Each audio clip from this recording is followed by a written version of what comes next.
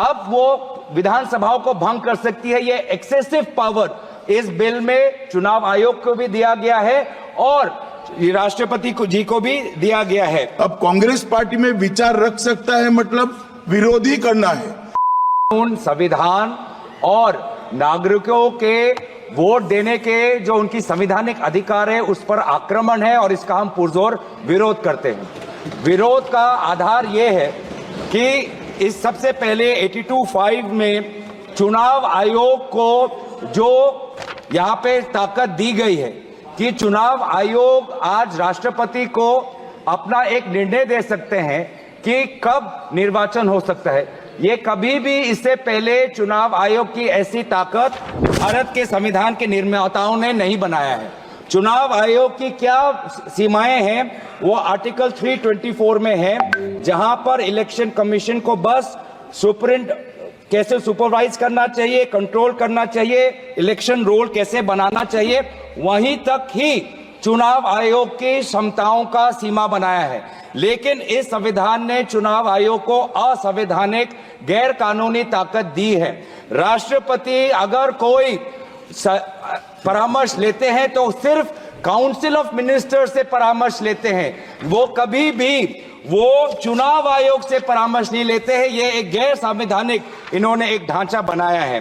राष्ट्रपति जी अगर council of ministers की एडवाइस लेते हैं 74 जो article 74 of constitution of India में है, या वो article 356 of constitution of India, वो सिर्फ गवर्नर के रिकमेंडेशन पे ले सकते हैं। 356 गवर्नर के रिकमेंडेशन पे या 74 के अनुसार काउंसिल ऑफ मिनिस्टर्स के रिकमेंडेशन में। ये पहली बार ये एक ऐसा कानून लाए हैं कि राष्ट्रपति अब चुनाव आयोग के भी रिकमेंडेशन पर एक निर्णय ले सकते हैं। ये पूरी तरीके से इसका विरोध करते हैं। चुनाव आयोग में किस प्रकार से कमिश्नर्स नियुक्त होते हैं, नहीं होते, सुप्रीम कोर्ट की भूमिका रहती है, हटाई जाती है, उस पर हम बाद में चर्चा करेंगे। दूसरी बात यह है कि संविधान के बेसिक स्ट्रक्चर में एग्जीक्यूटिव, लेजिस्लेटिव और जुडिशरी के बीच में संतुलन हो, उसका भी विवरण है।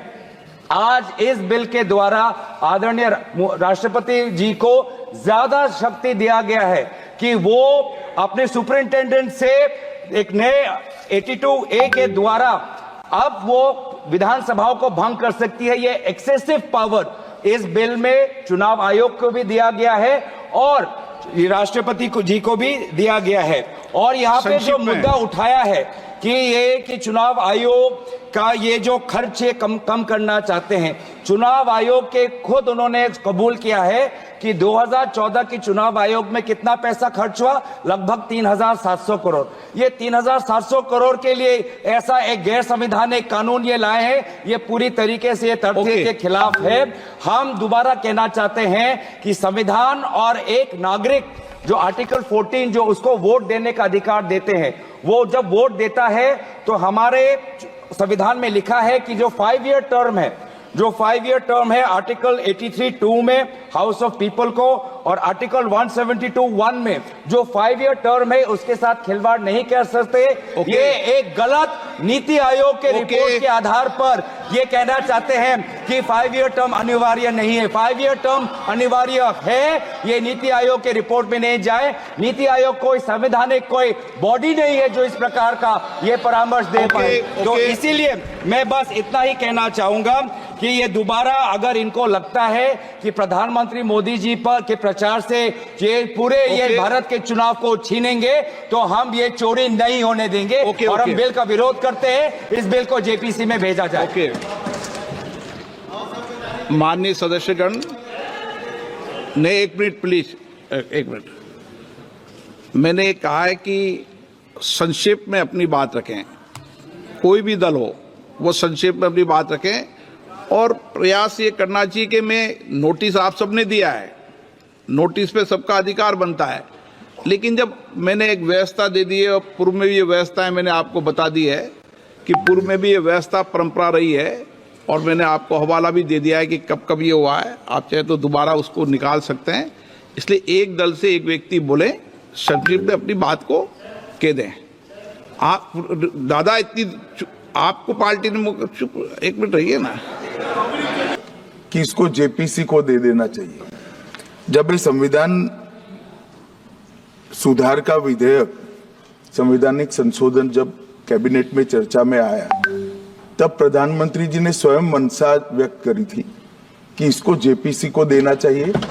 इस पर विस्तृत चर्चा सभी स्तर पर होनी चाहिए। इसलिए मुझे लगता है कि इसमें सदन का ज्यादा समय जाया करे बगैर अगर मंत्री जी कहते हैं कि इसको जेपीसी को सौंपने के लिए वो तैयार है तो जेपीसी में सारी चर्चा होगी और जब जेपीसी के रिपोर्ट के आधार पर कैबिनेट इसको पारित करेगी तब भी फिर से चर्चा होनी है। तो मैं मानता हूं कि माननीय मंत्री जी अगर जेपीसी में रखने की इच्छा व्यक्त करते हैं तो यहीं पर एक चीज समाप्त हो जाए।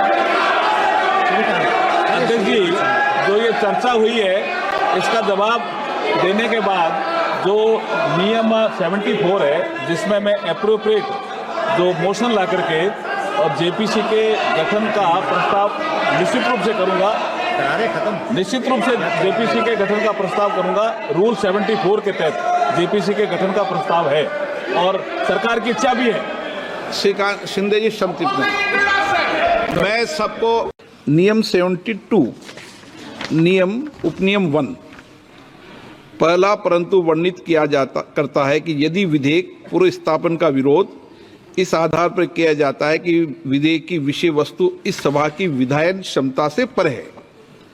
अब सबसे पहले वक्ता माननीय मनीष तिवारी जी ने ये विषय रखा और वक्ताओं ने भी रखा ये विधायन क्षमता से परे है और इसीलिए जब ये विषय रखा तो मैंने इस विषय को कहा तो विधायन तो अध्यक्ष अन्य सदस्यों को विधेयक के बंदों पर अपने मत रखने की अनुमति प्रदान की जा सकती इस तरह किया जाए। हाँ, आप गौरव गोगे जी तो के बाहर जा सकते हैं मतलब। धन्यवाद सर। ये लेकिन हाँ भी जा सकते हैं। वही तो पूछ रहे। एक सेकंड मैं अध्यक्ष जी जो बोले हैं वो ध्यान से सुना हूं। उन्होंने 72 के बाहर जाने का नहीं कहा है। उन्होंने कहा कि माननीय सदस्य मनीष तिवारी ने 72 का हवाला देकर जो विचार व्यक्त किए हैं और जो विरोध किया है इस पर सदन का कोई भी सदस्य अपने विचार रख सकता है। अब कांग्रेस पार्टी में विचार रख सकता है मतलब विरोध ही करना है, मगर विचार व्यक्त कर सकते हैं इसका मतलब होता है पक्ष में भी बोल सकते हैं। नहीं, मैं आदरणीय गृह मंत्री को मैं यही कहना चाहूंगा कि अगर कोई पार्टी इसका समर्थन करना भी चाहे तो भी वो समर्थन 72 पे ही रह सकता है।